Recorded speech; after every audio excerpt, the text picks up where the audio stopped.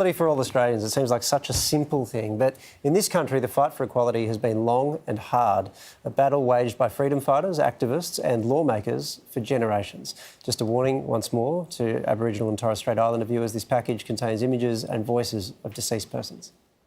A lot of Australians talk about, oh yes, we want to give the Aborigine a fair go, then it's full stop and it's usually forgotten. They never go on to say vote in favour of any legislation which allows for the elevation of the Aboriginal people. They don't do these things. They talk about it, but they never do it. I feel that the time has come when Australia can no longer tolerate legal racial discrimination against its Indigenous people. I want to promise you that this act of restitution will not stand alone. I want to give back to you ownership of this land of your fathers. Please make it right. Make it right that we've been waiting for the day that has happened now. The starting point might be to recognise that the problem starts with us, the non-Aboriginal Australians.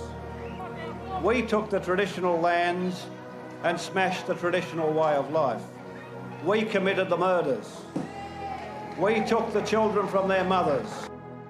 For the pain, suffering and hurt of these stolen generations, their descendants and for their families left behind, we say sorry. And for the indignity and degradation thus inflicted on a proud people and a proud culture, we say sorry.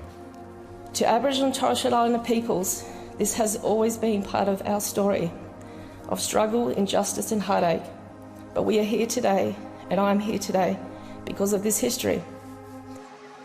My hope is that we, as a nation, can break down the silos between races. The ultimate reward is when all Australians see each other as equals. The Australian dream. We sing of it and we recite it in verse. Australians all, let us rejoice, for we are young and free. My people die young in this country. We die 10 years younger than average Australians, and we are far from free. And one day I want to stand here and be able to say as proudly and sing as loudly as anyone else in this room, Australians all, let us rejoice. I certainly think, having listened to what's been said tonight, I'll see what's happening in the US over the days and weeks and months ahead through different eyes now. I hadn't thought about so many of those things we've spoken about tonight as I've watched what's happened in America. Yeah, and it's probably the most important thing, isn't it? Because you don't want what's happening in America to be some kind of voyeuristic thing where we're kind of using it as entertainment or some kind of grief porn. We can't just be bystanders, you know. It's an opportunity as well, you know, to change things. That is all we have time for tonight. A big thank you to Nakia for joining us tonight. Thank you so much, Nakia. MasterChef is up next. We will see you 6:30 again tomorrow night. Good night.